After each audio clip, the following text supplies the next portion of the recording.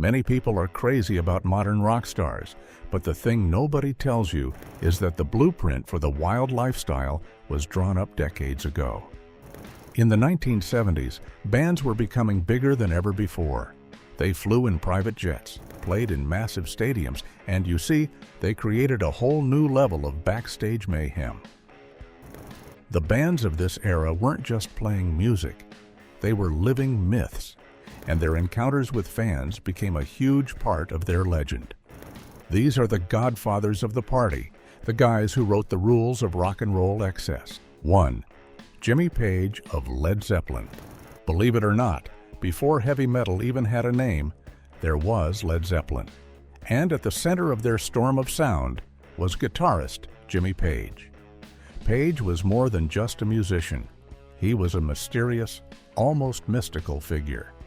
What many overlooked was that his private life was just as intense as his guitar solos. The band's tours in the 1970s are the stuff of legend, filled with stories of trashed hotel rooms and endless streams of fans waiting for them backstage. Jimmy Page was the quiet, dark leader of this circus. He had a famous relationship with a very young groupie named Lori Maddox, a story that has become one of the most talked about in rock history. Page's vibe was all about dark mystery, and his offstage antics only added to his powerful and sometimes scary reputation. He created an image that hundreds of rock stars would later try to copy, but few could ever match. 2. Robert Plant of Led Zeppelin. If Jimmy Page was the dark, quiet storm, then Robert Plant was the loud, flashy thunder. He was the Golden God frontman, with his long blonde hair, unbuttoned shirts, and a voice that could shatter glass. Plant wasn't just the singer, he was the walking, talking embodiment of a rock star. On stage, he was a powerhouse, and off stage, to put it mildly, he was just as energetic. Stories from their tours are full of Plant's adventures with fans. He was so famous for his escapades that he would sometimes wear blouses on stage that had been given to him by female fans the night before. It was his little wink to the audience. He was charming, he was good-looking, and he was the singer of the biggest band in the world. For Robert Plant, the party never seemed to stop. 3. John Bonham of Led Zeppelin. Every wild band needs a wild heartbeat, and for Led Zeppelin, that was the drummer, John Bonham, or Bonzo. Many people think of drummers as being in the background, but Bonzo was a true star. He was known for two things: being the greatest rock drummer of all time and being an absolute maniac off stage. While Page was mysterious and Plant was a charmer, Bonham was a force of nature. His adventures were less about romance and more about pure, unfiltered chaos. He was famous for his incredible appetite for partying, which often involved him and a group of fans causing a ruckus in hotels across the country. He was a friendly guy, but his energy was off the charts, and he was always at the center of the band's wildest moments. 4. Ozzy Osbourne of Black Sabbath. At the same time Led Zeppelin was conquering the world, another band was inventing heavy metal in the dark industrial city of Birmingham, England. That band was Black Sabbath, and their singer was the one and only Ozzy Osbourne. Ozzy's whole image was built on being a madman. What many overlooked is that his real life was just as crazy as his stage persona. In the early days, Ozzy's encounters with fans were constant. His first marriage famously struggled because of his non-stop partying on the road. Even after he married his manager Sharon, the stories continued. Ozzy has openly talked about his wild past, admitting that the party lifestyle was a huge part of his identity for many, many years. For the Prince of Darkness, the night was always young. 5. Steven Tyler of Aerosmith. Over in America, a band known as the Bad Boys from Boston was creating their own brand of hard rock chaos. Aerosmith, led by singer Steven Tyler and guitarist Joe Perry, were famously known as the Toxic Twins. Steven Tyler, with his massive mouth and scarves tied to his microphone stand, was the ultimate showman. But here's the kicker: his life off stage was even more of a show. He was known for his high-energy antics and his love of the ladies. In the band's tell-all book, he talks openly about the legions of fans that followed them from city to city. He had a very controversial relationship with a teenager named Julia Holcomb when he was in his late 20s, a story that shows just how wild and out of control that era was. 6. Joe Perry of Aerosmith. You can't talk about Steven Tyler without mentioning his other half, Joe Perry. The thing is, Perry was the cool, quiet guitar hero to Tyler's loudmouthed frontman. But don't let his quietness fool you. He was right there in the thick of the 1970s madness. The band's shared apartment in Boston was legendary for its non-stop parties. On the road, Perry was just as involved in the backstage scene as Tyler. Their lifestyle was so intense that it famously caused the band to break up for a few years. When you have two guys at the front of a band living that kind of life, it's a recipe for both incredible music and incredible chaos. The 70s created the rock gods, but what came next was a whole new breed of monster. 7. Nikki Sixx of Motley Crue. When you talk about the Sunset Strip, one name stands above all others: Motley Crue. And the band's leader, songwriter, and bass player was Nikki Sixx. Nikki wasn't just in a band. He was living a life so extreme, it's amazing he survived. The band's book, The Dirt, is a legendary account of their escapades, and Nikki's stories are some of the wildest. He was with a staggering number of women, from fans to the partners of other musicians. His lifestyle was so intense that he famously had a near-fatal experience from his habits, an event that he later wrote a famous song about. For Nikki Sixx, life wasn't just on the edge, it was way over it. 8. Tommy Lee of Motley Crue. You see, if Nikki Sixx was the dark, poetic heart of Motley Crue, then Tommy Lee was its wild, smiling, party animal soul. The drummer was famous for his incredible energy on stage, and an even more incredible appetite for adventure off of it. Tommy Lee's stories are legendary. Before he was even famous, he worked as a male escort, so his comfort with a wild lifestyle started early. In the band's heyday, he was known for his relationships with famous actresses and for making home movies that became infamous. He was at the center of the band's most insane parties, which sometimes involved hundreds of women. Tommy Lee didn't just party like a rock star. He defined what that even meant. 9. Vince Neil of Motley Crue. Every glam metal band needed a blonde, blue-eyed frontman, and Motley Crue had the ultimate one in Vince Neil. Vince was the voice of the band and the face on all the posters. His job was to be the ultimate party guy, and it was a job he took very seriously. While Nikki was writing about the darkness and Tommy was hitting the drums, Vince was out front, living the life that the songs were about. He was with countless fans, models, and actresses. His escapades were so common that they were just a normal part of the band's day-to-day life. The stories in The Dirt paint a picture of a man who was on a non-stop quest for a good time, no matter the consequences. 10. David Lee Roth of Van Halen. Before Motley Crue took over the Strip, another band from Pasadena set the stage, Van Halen, and their frontman, David Lee Roth, was a one-of-a-kind character. Diamond Dave was all about showmanship. He did high kicks on stage, told wild stories in interviews, and lived a life that was larger than life. He openly called himself a gigolo and bragged about his romantic conquests. The most shocking fact is that the band's tour contracts reportedly included a clause that demanded a certain amount of party supplies backstage.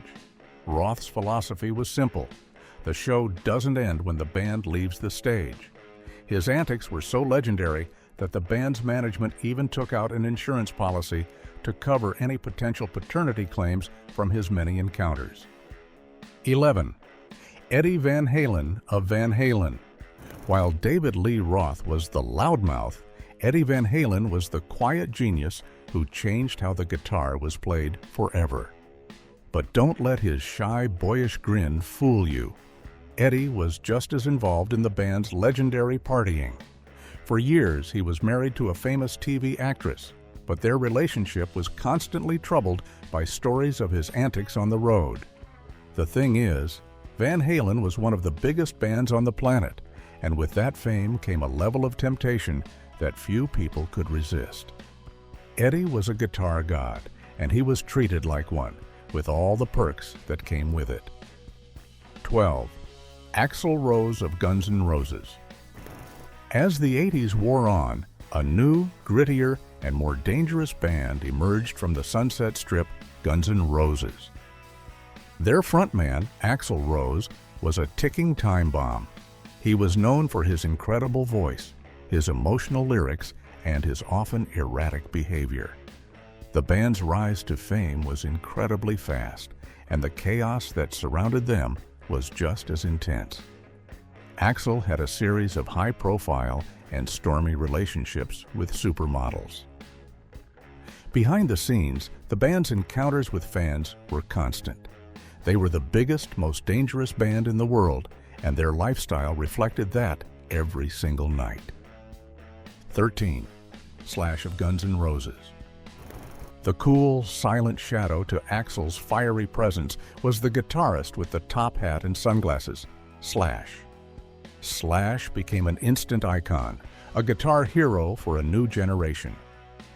Just like the other bands from that era, his personal life was a whirlwind of excess. In his autobiography, Slash speaks openly about his wild days where partying and encounters with fans were a daily routine. He and his bandmates lived in a house they called the Hell House, which was famous for its out-of-control parties. For Slash, the music and the madness were all part of the same package. 14. Duff McKagan of Guns N' Roses.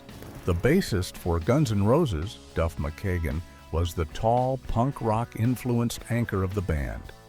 He was right there, in the middle of the GNR hurricane. In his own book, It's So Easy and Other Lies, Duff talks about the years that were a complete blur because of his intense lifestyle.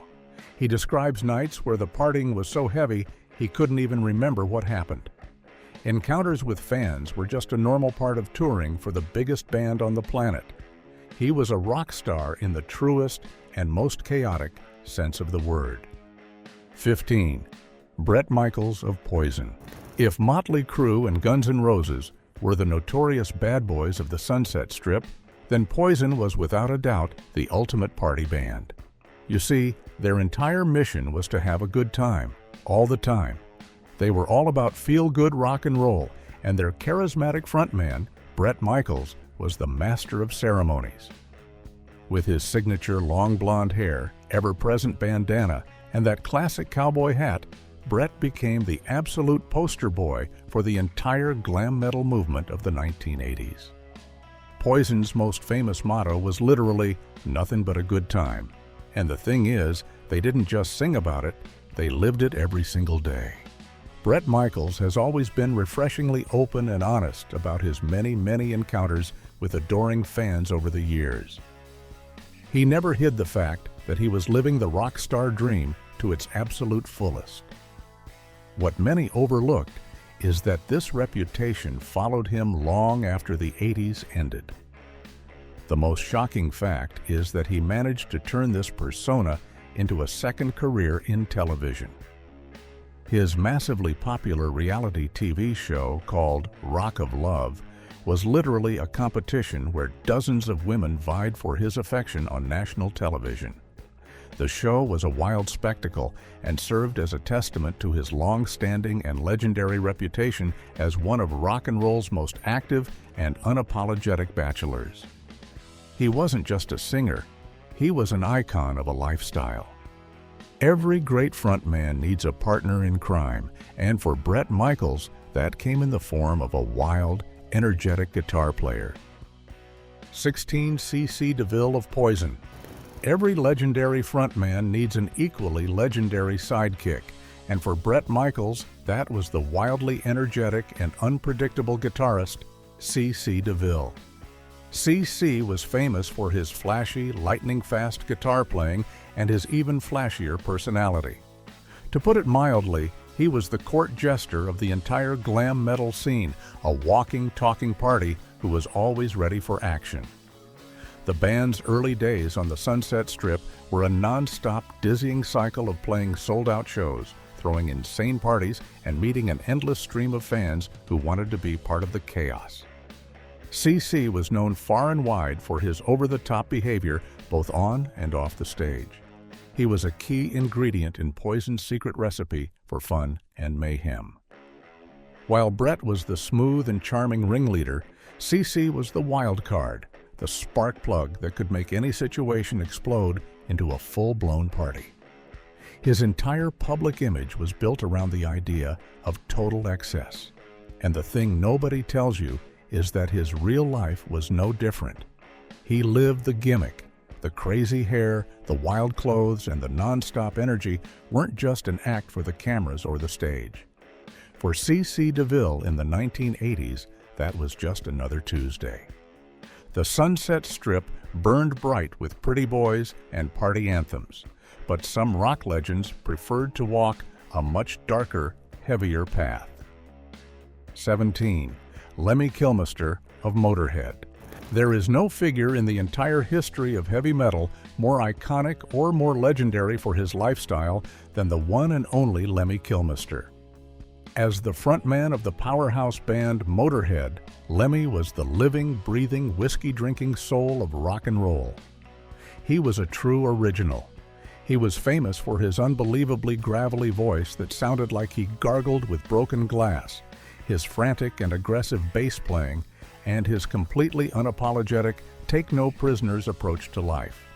To put it mildly, Lemmy was not a man. He was a machine, a force of nature fueled by stimulants and a stubborn refusal to compromise for anyone or anything.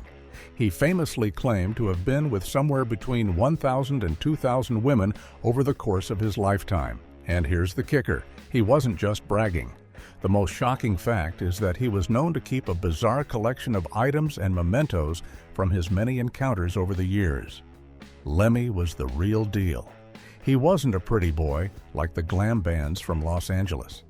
He was a tough, honest, and absolutely relentless rock and roller who lived his life completely on his own terms, right up until his very last day on this earth.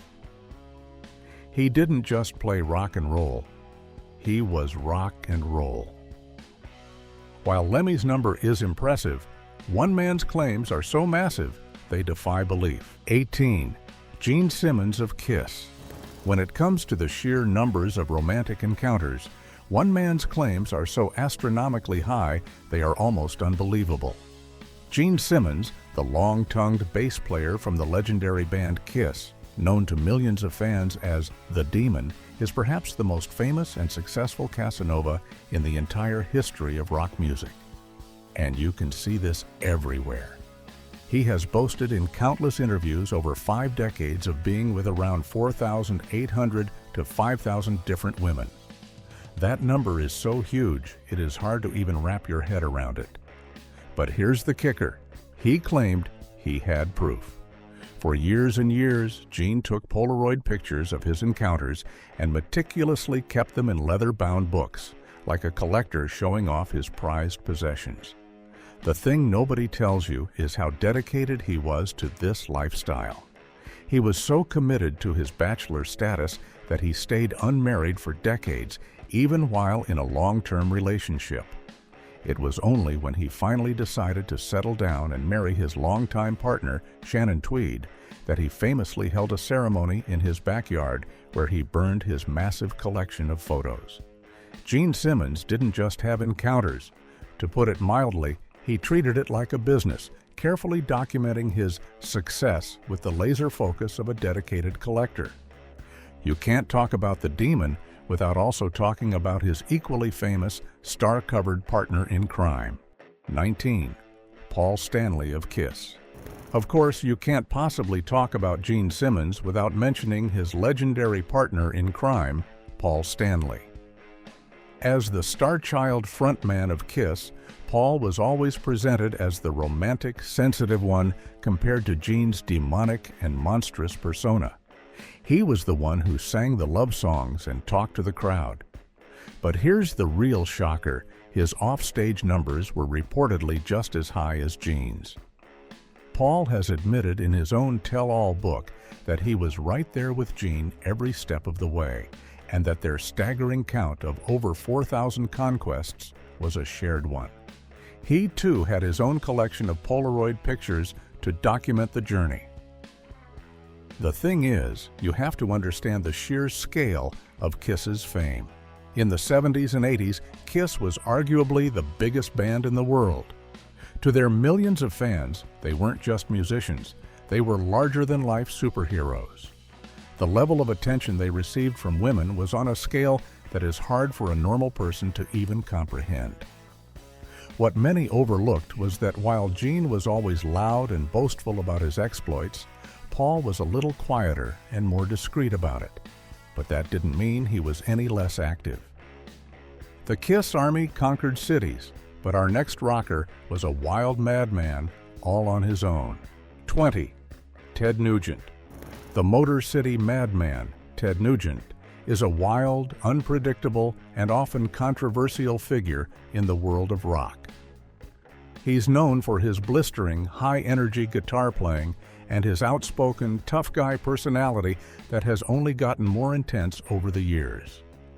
Throughout the 1970s and 80s, Nugent was a massive solo star, packing arenas with fans who came to see his wild, primal stage show. He has always been very open and unapologetic about his love for the ladies, often using aggressive hunting metaphors to describe his pursuits, which many people found to be in poor taste. But his reputation goes beyond just talk. He became infamous for a relationship he began with a 17-year-old girl named Pele, a story he has spoken about publicly and without apology many times. The most shocking fact is that he even became her legal guardian so she could tour with him across state lines. Ted Nugent's entire persona is built around the idea of being a wild, untamed, primal man who lives by his own rules. His long and well-documented history of encounters with fans, especially younger ones, is a huge and undeniable part of his controversial legacy in rock and roll history. Ted Nugent was a wild man, but our next artist led a band that made wild their entire identity. 21. Blackie Lawless of WASP. In the 1980s, a band from Los Angeles called WASP took the shock rock theatrics of artists like Alice Cooper and Kiss and cranked them up to a whole new level of extreme. Their leader, a towering bassist and singer named Blackie Lawless, was a truly intimidating and menacing figure on stage. He would stalk around wearing a codpiece that shot sparks and custom-made boots with real saw blades on them. The band's songs were filled with aggressive and highly controversial lyrics about partying hard and wild, animalistic encounters. Believe it or not, their real lives off stage were not that different from their crazy stage show. Blackie Lawless has admitted in interviews that the band's early years were a complete blur of non-stop, over-the-top debauchery. The thing nobody tells you is that their reputation was carefully crafted. They were a band that actively tried to be as shocking and as dangerous as possible to stand out from the dozens of other bands on the Sunset Strip. Their reputation for wild backstage antics, which included everything from destroying hotel rooms to wild parties with their fans, was a key part of their image. They didn't just play controversial music. They lived a controversial life. WASP used their image to shock people, but our next frontman hid his wild side behind a very different kind of costume. 22. Dee Snider of Twisted Sister. With their crazy, over-the-top makeup, giant hair, and loud, rebellious anthems like "We're Not Gonna Take It," Twisted Sister became one of the most recognizable faces of 80s heavy metal. Their frontman, Dee Snider, was a towering figure with a gigantic mane of curly blonde hair and a loud, unmistakable New York attitude. He was the ultimate rebel yell against parents and teachers everywhere. But here's the kicker. While he later became known as a dedicated and loving family man, the early days of Twisted Sister were just as wild and crazy as any other band on the scene. In his brutally honest memoir titled Shut Up and Give Me the Mic, Dee talks in detail about the band's early club days on Long Island. He describes a scene where the band's aggressive pursuit of female fans was a nightly ritual, a key part of the rock and roll game they were playing. To put it mildly, their famous cross-dressing image was just for show. Off stage, they were a tough group of guys from the suburbs of New York who were soaking up every ounce of the attention that came with their rising rock stardom. They looked like ladies, but they partied like monsters. These guys were all legends in their own right, but they weren't the only ones keeping the party going for decades. 23. Carmine Appice. Many people watching this might not know the name Carmine Appice, but he is a true, certified rock and roll legend. He is an absolute powerhouse of a drummer who has played with a staggering list of rock royalty from Rod Stewart to Ozzy Osbourne. The thing is, he was there for all of it, right from the very beginning of the rock and roll excess era in the late 1960s. And you can bet he was not just sitting on the sidelines watching everyone else have fun. Carmine has claimed in his own autobiography to have been with over 4,500 women. That number puts him right up there in the same league as the guys from Kiss. The most shocking fact is that he was a witness to some of rock's most infamous moments. He was even present during the legendary Led Zeppelin Shark Incident, one of the most notorious and debated stories in all of rock history. He saw it all happen. Carmine is a guy who has not only seen it all, but has done it all. He is a true veteran of the backstage party scene, a living link to the wildest days of rock and roll.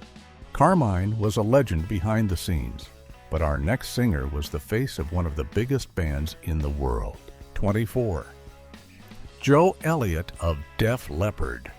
Def Leppard was one of the biggest and most successful bands to come out of the new wave of British heavy metal in the early 1980s. They had a magic formula that mixed catchy pop hooks with heavy, powerful guitar riffs, and it made them global superstars.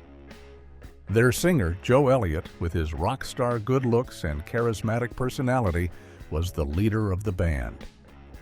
In the 80s, Def Leppard was just as known for their legendary parties as they were for their hit songs like Pour Some Sugar on Me.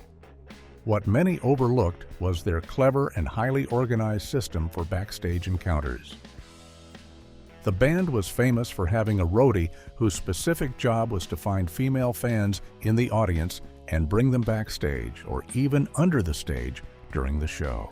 In various documentaries about the band, Joe Elliott and the other members have talked openly and with a sense of wonder about the incredible amount of female attention they received during their absolute peak of fame in the Hysteria era. They were on top of the world, and they took advantage of every single moment. Joe was the voice, but his shirtless guitarist became a legend in his own right for very different reasons. 25. Phil Collen of Def Leppard. Alongside Joe Elliott was the band's powerhouse guitarist, Phil Collen. In the 1980s, Phil became famous for his signature look, which was performing on stage shirtless, showing off a muscular physique that was not common among rock stars at the time. As you can imagine, he was a huge favorite with the female fans. To put it mildly, he was incredibly popular, but his reputation went far beyond just being good-looking. In the secret world of groupies and backstage regulars, Phil Collen had a specific and well-earned reputation for being one of the most skilled and energetic partners on the entire rock circuit. While the band as a whole was known for their non-stop partying, Phil was often singled out by those in the know for his particular prowess and stamina. The thing is, He was living the ultimate rock star dream. He was a guitar hero in one of the biggest bands in the world, traveling the globe and enjoying every single perk that came along with that incredible level of fame. For a guy in his 20s, it was a fantasy made real every single night.